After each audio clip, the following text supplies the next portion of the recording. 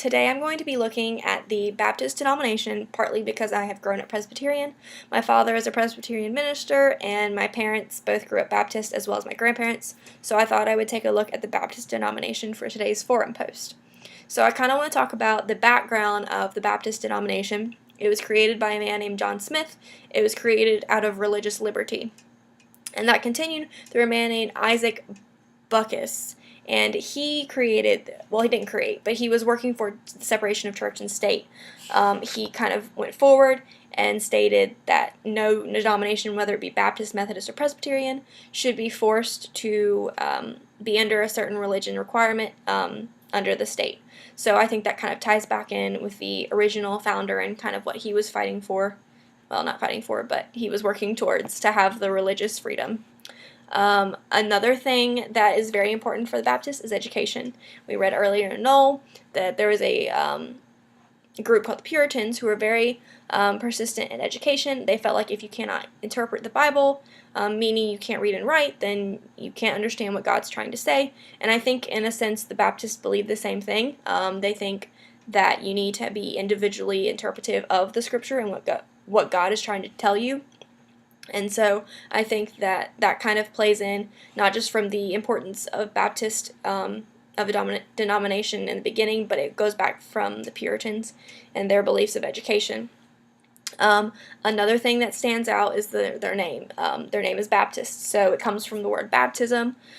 For me as a Presbyterian, we look at baptism as the sprinkling of water on babies' heads, but for Baptists, they do a full immersion of water, and it's more or less their choice, rather than for us, it would be the choice of the parents to do the baptism.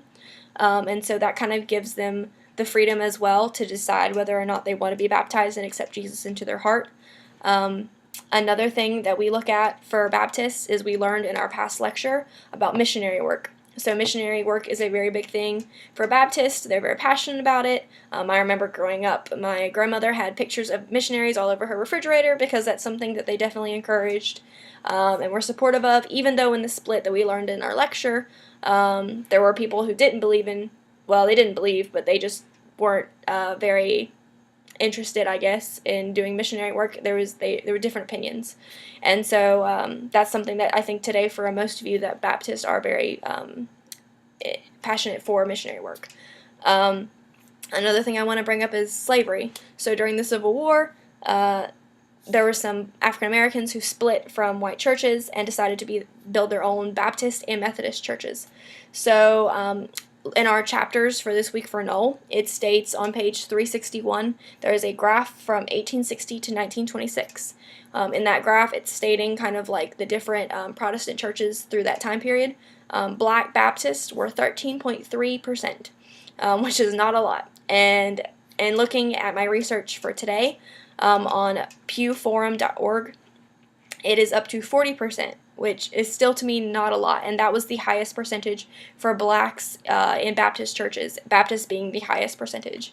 But that comes from this graph. There are still black people who are Baptist, and it has come from denomination after denomination, or generation after generation, and has continued on.